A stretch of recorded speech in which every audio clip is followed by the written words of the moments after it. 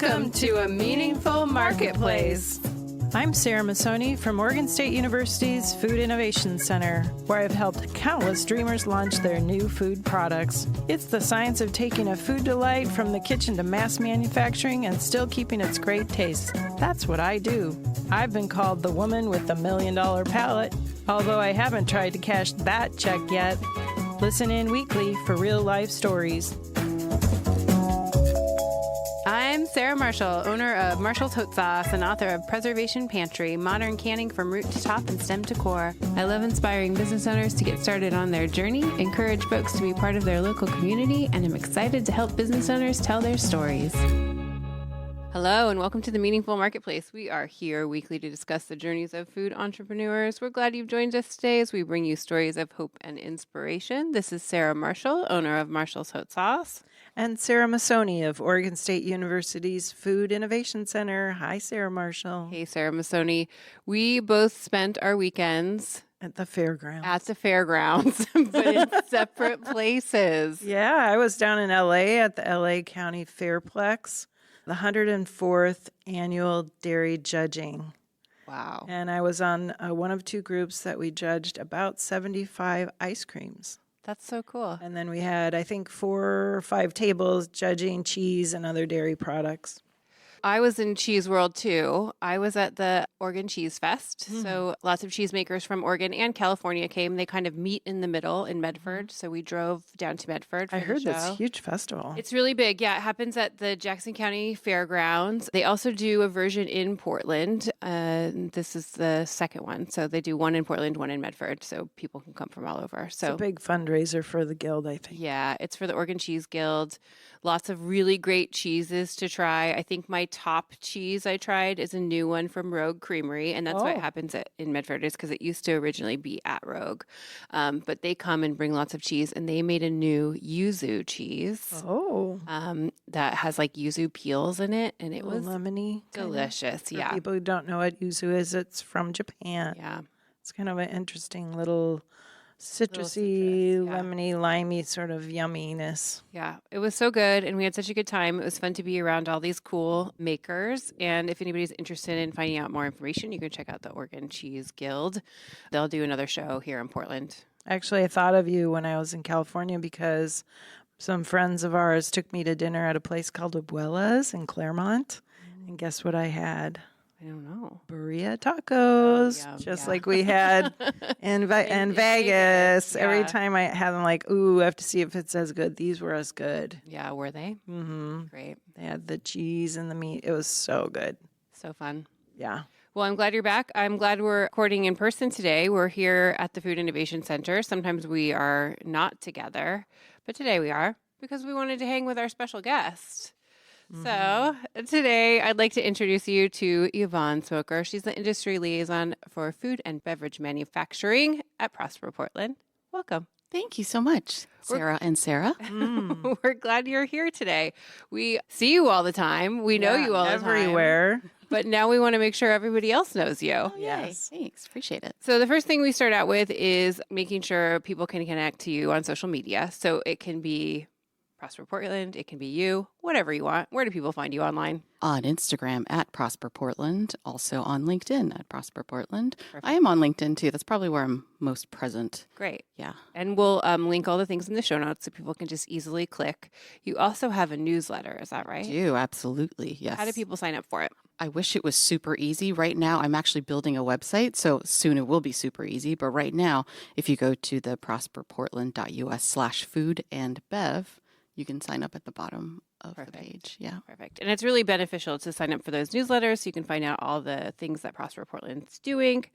Let's start at the beginning. That's what we usually like to do. So let's tell people about Prosper Portland. Yes. Goals, dreams, hopes, all those things. Prosper Portland is the economic development agency for the city of Portland, which means a lot of things. But at the end of the day, we are here to help people in the city start a business, create jobs, and generational wealth. It was founded in 1958 through a city charter, Whoa. Portland Development Commission. Wow. So we've been around for a long time. We rebranded in 2017 as Prosper Portland to more align with our strategic plan that came out in 2015 around more equitable development and supporting the community and engaging more intentionally. So I came in March of 2017, and then May of 2017 they rebranded. So I knew PDC for 2 months, and then it was Prosper Portland. So it wasn't too much of a change for me, but I know a lot of people in the city of Portland who have been around a long time and know the work that Portland Development Commission did at the time, and then now Prosper Portland since 2017, trying to reinforce our mission of helping businesses. Our goal is helping businesses, and so that takes a form in many ways.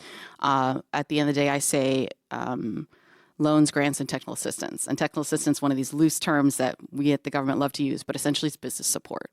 And so the business support looks different. So if you are trying to find a new location for your manufacturing operations, we can help run a property search if you aren't working with a broker.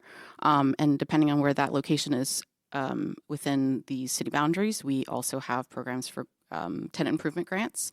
And then if you are in a stage of growth for your business, we also provide loans. Generally, it's gap financing. So if you have worked at your bank and they can't fund you for any reason, come talk to us. We want to help make your growth possible and your vision possible. So it's really connections too at the end of the day. So if people for some reason don't already know Sarah Masoni at the Food Innovation Center, then I make sure to connect them with her. Hey, speaking of the Food Innovation Center, you just sponsored a class here, I think last week. Can you tell us what that was? Absolutely. It was a product development class. And so it was taught by the wonderful food scientists here, Jason Ball and Jordan Bunting. Essentially, it's helping anyone that has a recipe for a product. Either they're just starting out or they're trying to refine it or get to know how to systematize their process. And so there were a range of folks in the class. It was super, super new, barely had a name and a concept for their business, or someone who wanted to try out a new recipe who's been around and doing it for a long time, many years. They just had a new recipe. They wanted to be able to talk to food scientists directly and ask them questions.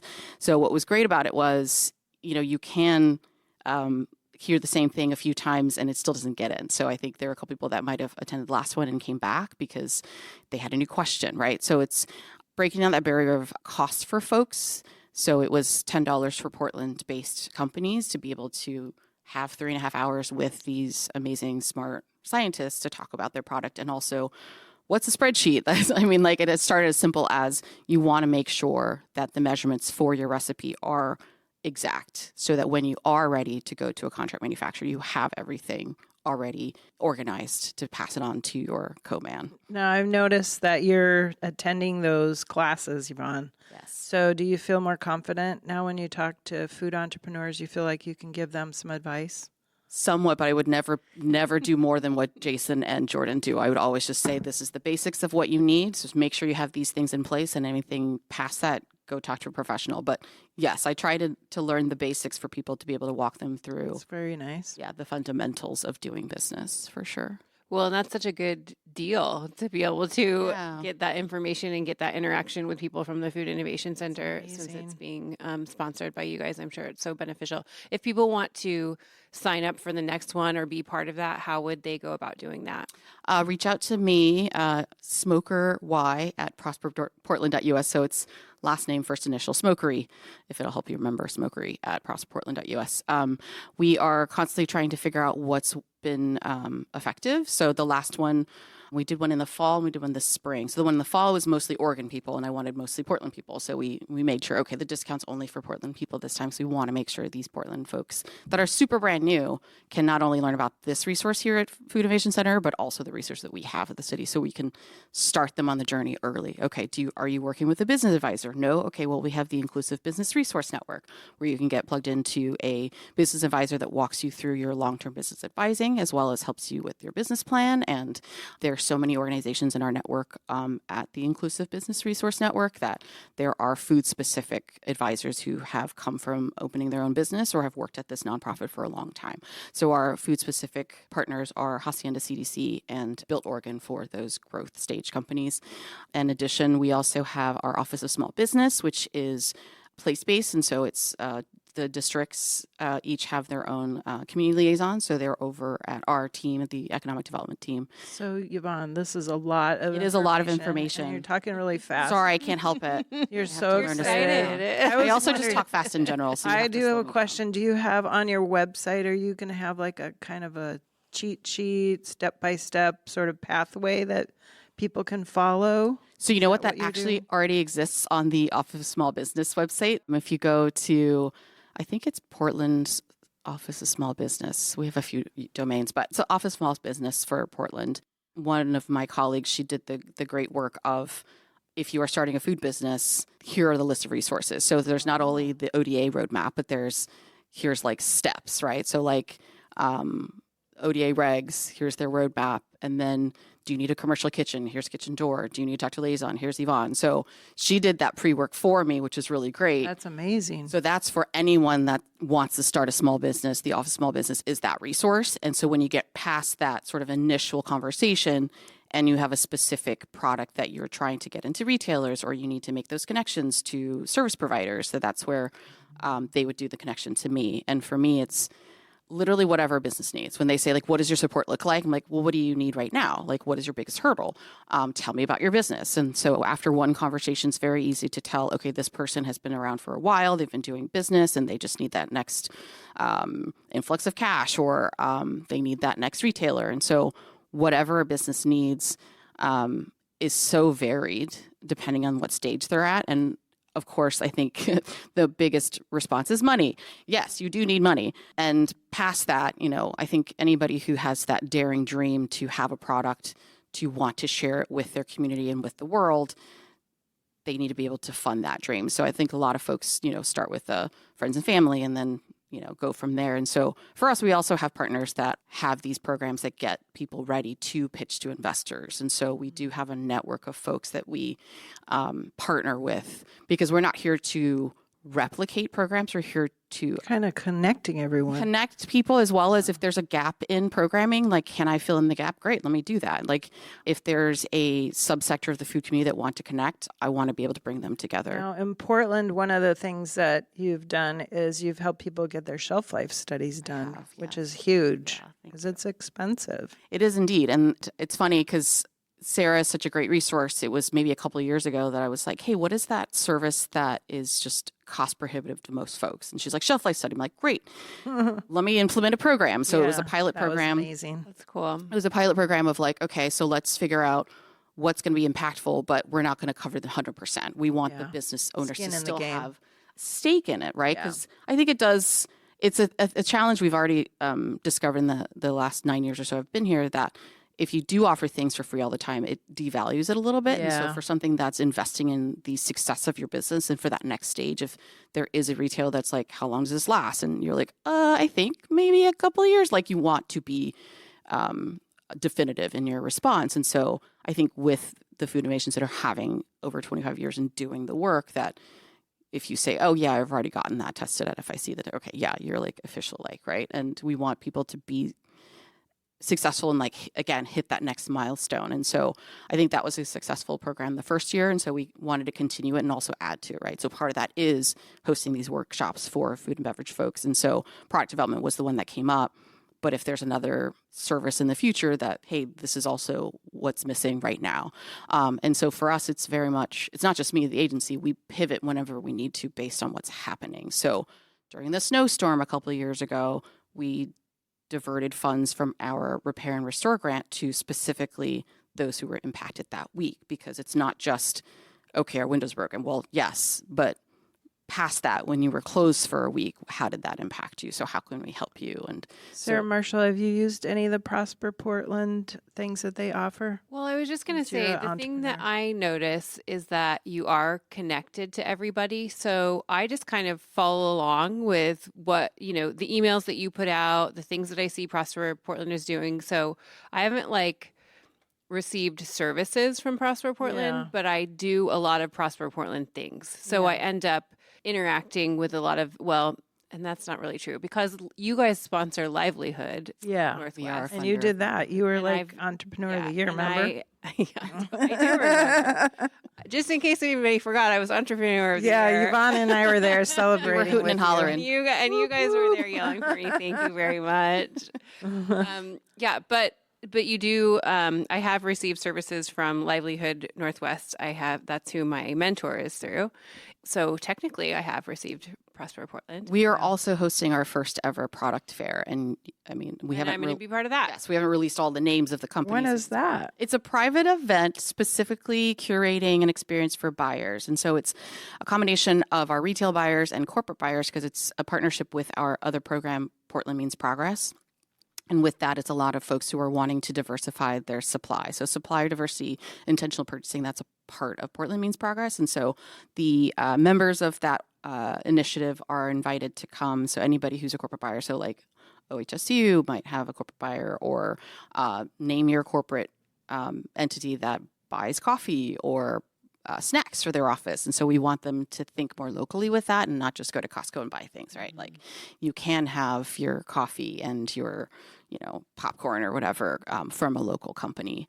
And so we wanted to make it invite only so that it's everybody you talk to is someone that can purchase from you on a scale that's larger, right? And we are not prohibiting them from selling, either sampling, and if you have the capability to sell and you want to sell and there's someone that's buying for their company and wants to buy it personally, absolutely.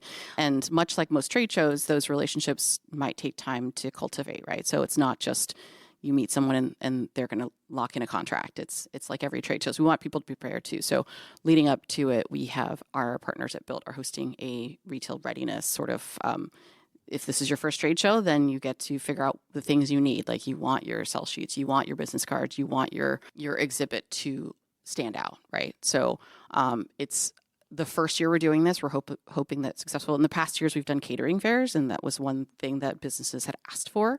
So we very much want to support not only our sort of like larger business corporate stakeholders, but also our small business food and beverage producers. And so it's the first year to sort of, again, do an invite only, so it's not public. We don't want it to be like you're having to just, give out samples to everyone that comes in the building. Like it's very much, okay, the person you're talking to is someone that is responsible for purchasing at their company, either on an annual level or, spring, whatever it is. We want to be able to. And so your buyers are all from Portland?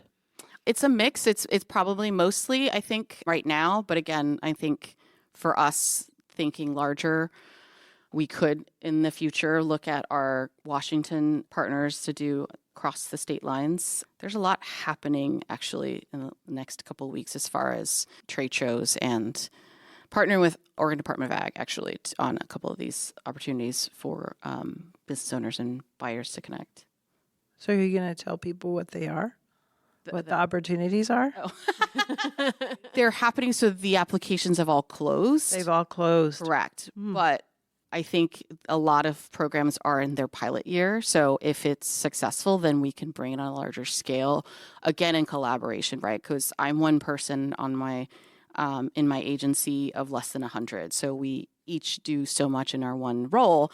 And I also support tech and media, by the way. And so with that, it's leveraging our partners either at FIC, Oregon Department of Ag, or Business Oregon to see could we partner on a larger event. So this is a Portland event, so most of my contacts are Portland. Nice. Well, and for people that are listening, since it is Prosper Portland, to receive services or to apply for things or to be part of the newsletter or anything, do you have to live in Portland? So you have to have a business address / headquartered in Portland as the business, because you could live outside of the city. That's where your house is, but your business, your incorporation, your registration, you pay taxes in the city. So because we are funded by city tax dollars, we do have to prioritize those who are paying into that, right? So like Portland registered zip code businesses. Yes. Portland Maps will tell you whether your business is in the city of Portland. Yeah. So anybody who wants to go to Livelihood through our funding has to be a city of Portland based business. We're going to take a quick break. And when we come back, I want you to talk about your favorite things about Portland businesses. So we'll be right back.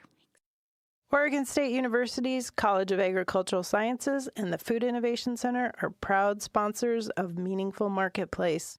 With a mission to serve all Oregonians, we are committed to giving voice to those whose food and agricultural stories are not always heard. By providing access and opportunity for a more diverse and just food system, because food brings people together.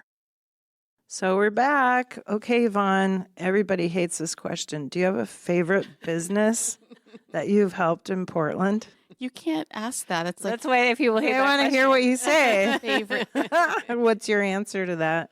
I Probably ask you all the time. I think my favorite part of my job Okay, good. is being able to see the support come out in real life, right? So if a business is growing and they're expanding their manufacturing capabilities, we are also the Portland team behind the Enterprise Zone, which is a state program, 5-year, soon to be 10-year tax abatement. So it's for new construction and personal property purchases. So it's a complicated program that we have a manager dedicated to supporting, but that's like one of the tools that we have. So between like tenant improvement grants or tax abatement, we only have a few tools in our arsenal. So with those tools, if we know that a business is expanding, we want to be able to get in early, right? So a lot of times you have to file an application before you can start construction. And so with that, it's very much, with the hundreds/thousands of business owners in Portland that I either met or connected with, getting them at the right time. So it's a matter of,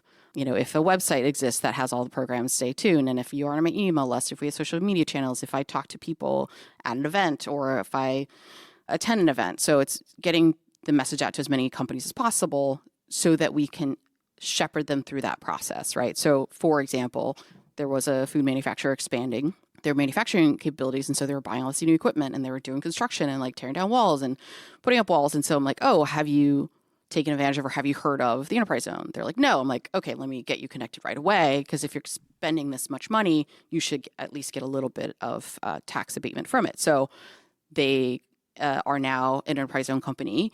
And then there were like physical improvements that were eligible for the Prosperity Investment Program grants. I'm like, okay, apply for that too. There's also the Building Energy Efficient grant. So like there's all these tools that we have either in partnership with our city bureaus or that we are implementing ourselves. And so if we can get them early, then see all of the sort of support in incremental ways, because we're here to sort of inject an inflection of cash or be a catalyst for that next step of your business. We're not here with you every day to help you run your business, but we want to provide you with the tools to be successful in that. And so those are my favorite projects when we like the timing all works out that like, because I'm only one person trying to talk to so many people, because there are times that people say like, oh, I just did this. I'm like, oh, darn it. If only I was here like 6 months ago. And yet if we timed it perfectly where, there's another project where 2 founders are co-locating and they are one of the first companies to take advantage of the Affordable Commercial Tenant Program in the food and beverage industry. So that was one that was like very cool that like not only did we connect at the right time, but they also were familiar with our programs and me. And so they just said, this is what we're trying to pursue.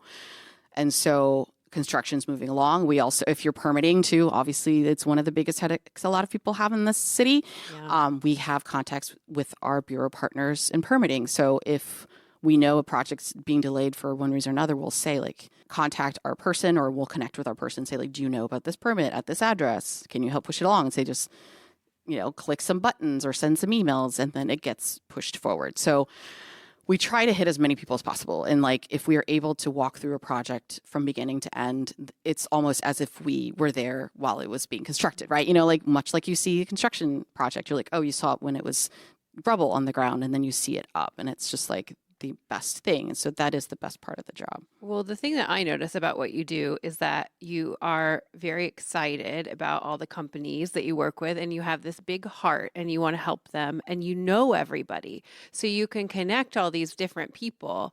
And because Prosper Portland does support all these different, programs that exist, you can really connect everybody to those different things. And so, and I see it happening all the time. And I can't recommend more for people to get involved and get connected, because everybody from the Food Innovation Center to livelihood to knowing about grants and permitting is like, we know just from doing the permitting of our kitchen, I didn't personally have to do it, but our contractor did, and it was a nightmare. And so if we would have been connected then, it would have been much easier.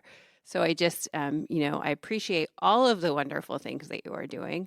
I think it's so great, and I think people should be connected if they can be.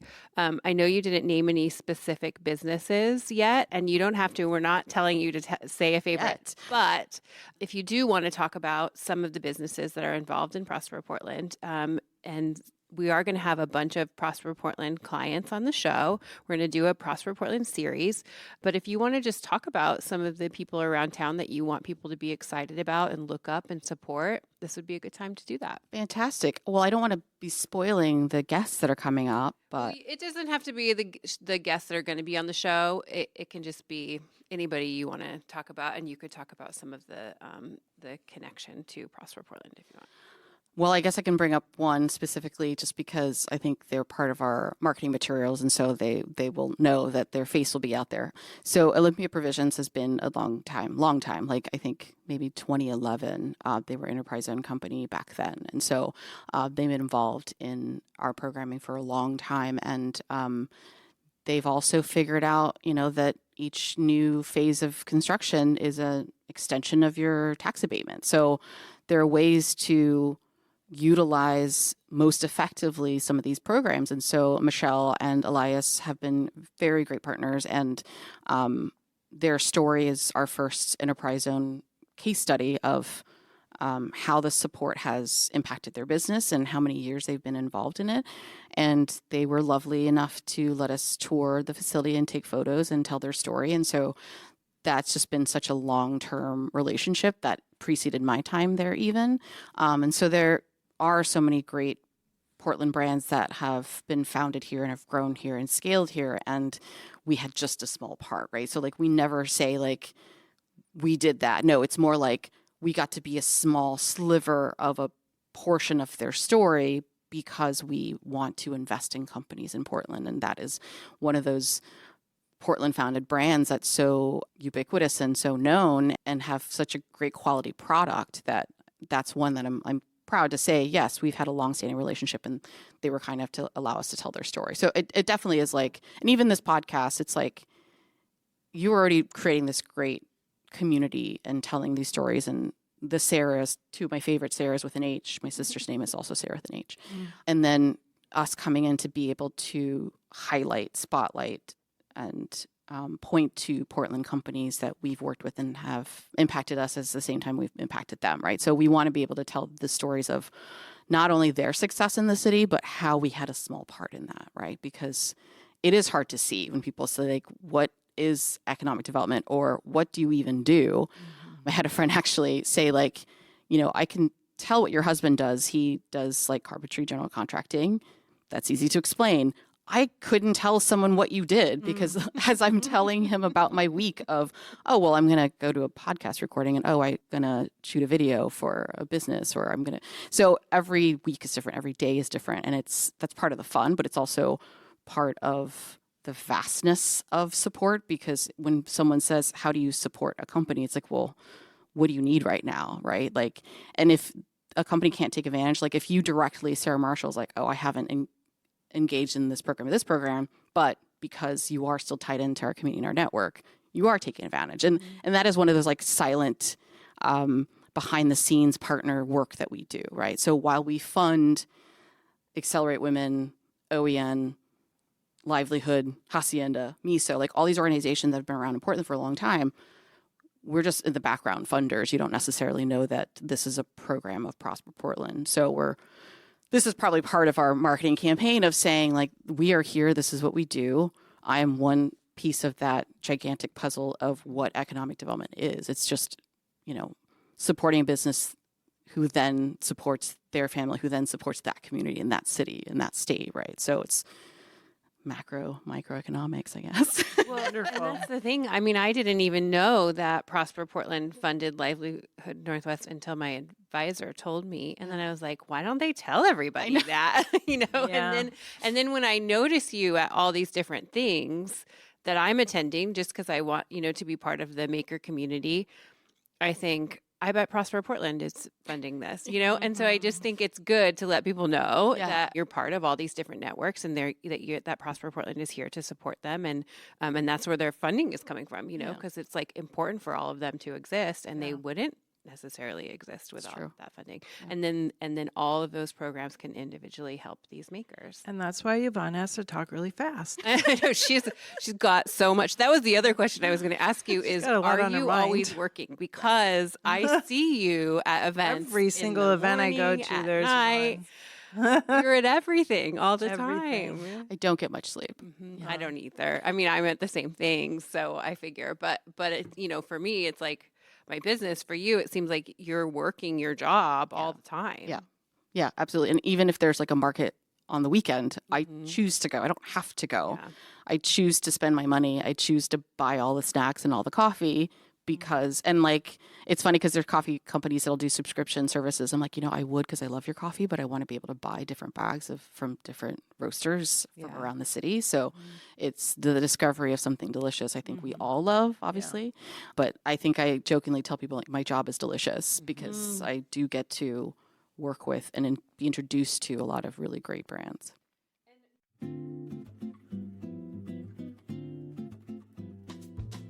Prosper Portland is the economic and urban development agency for the city of Portland.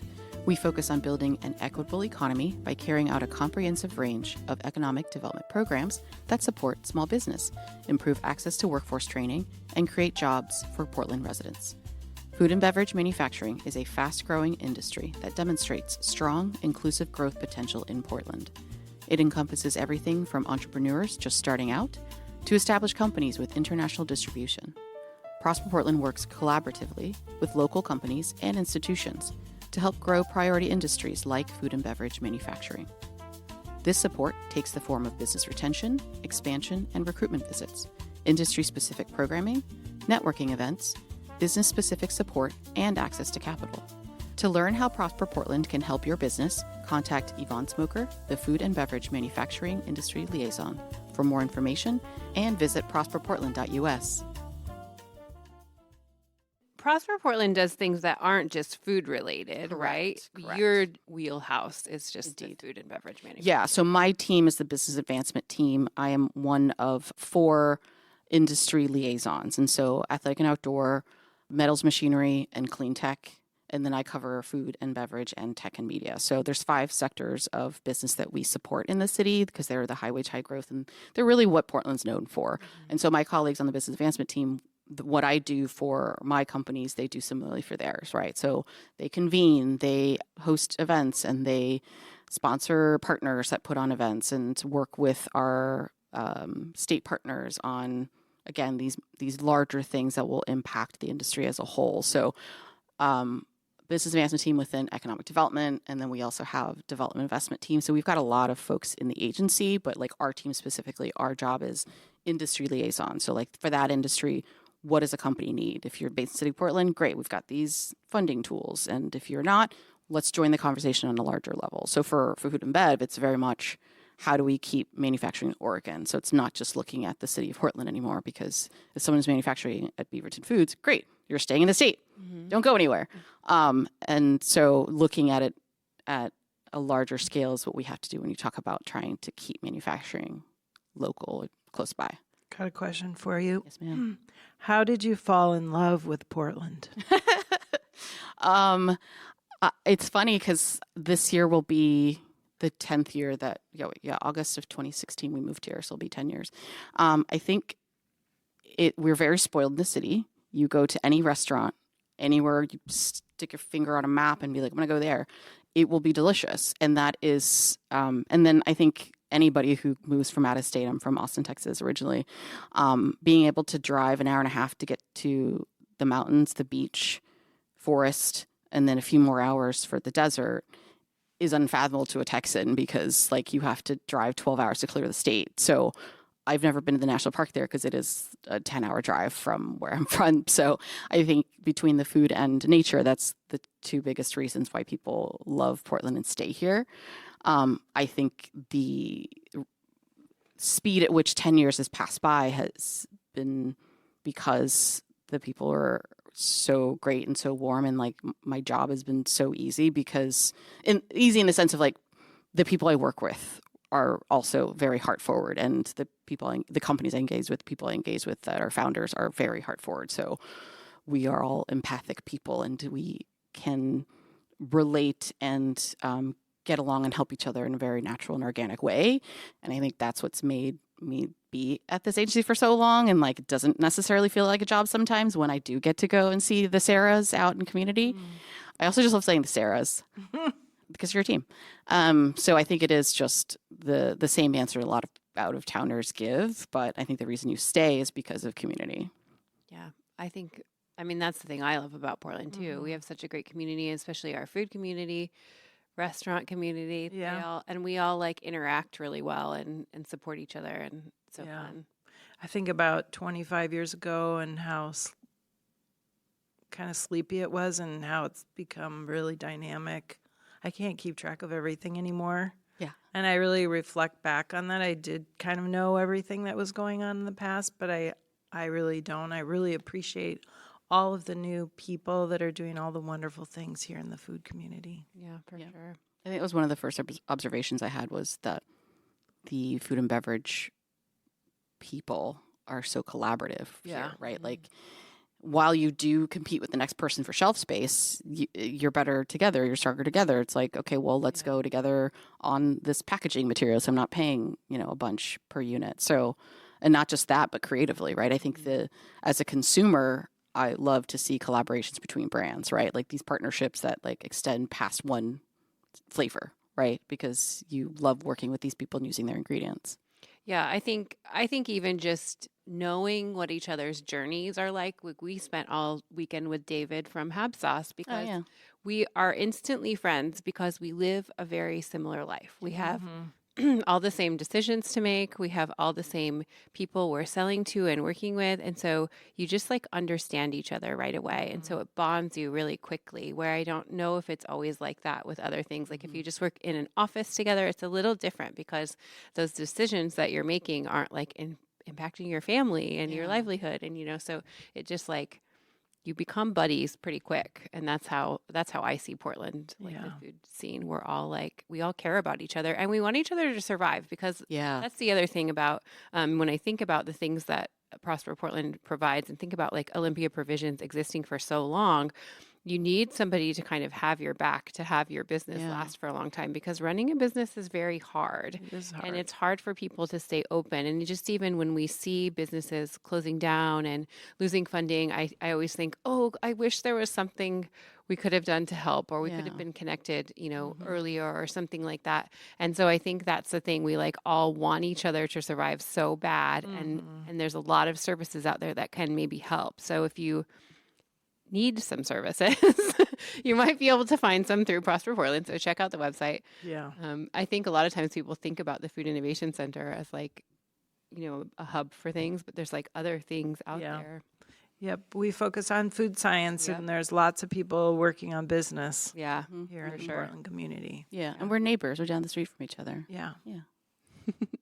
Any final things you want to tell people? Ways to receive information from Prosper Portland, ways to get connected? How can we bring people to you? prosperportland.us. And we host a lot of events. And so we also have an office of events and film. So if you want to host an event and you need help with permitting, we've got people for that. So basically anything you do in the city, if you have a question, we're here to help, especially if you have a business. And if you don't have a business, how can we help you start one? Perfect. Well, I'm super excited about this series. We're going to interview lots of people who have worked with Prosper Portland, who have received services from Prosper Portland. We're going to be doing that for the next few shows. So thanks for sponsoring our podcast, and thanks for connecting us with people who have received services so we can talk about more of those things. Thank you for listening to the Meaningful Marketplace podcast. Before you go, you can show some love for your favorite podcast by leaving us a review on Apple Podcasts or iTunes. You can follow us on Instagram or YouTube at Meaningful Marketplace Podcast. You can call or text Sarah and I with questions at 503-395-8858. We couldn't do this without our fantastic team at Joy of Creation Production House. Thanks to Haley, our audio engineer, and today's producer, Dirk Marshall. We will be back next week, everybody. Thanks for joining. Bye. Bye for now.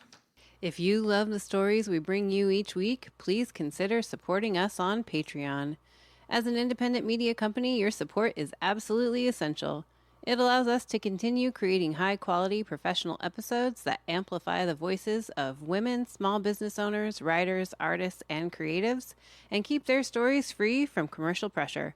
By becoming a Patreon member, you're not just supporting us, you're investing in the future of independent media. Please visit patreon.com/The Joy of Creation Production House to join our community today. Thank you for listening and supporting our podcast dreams.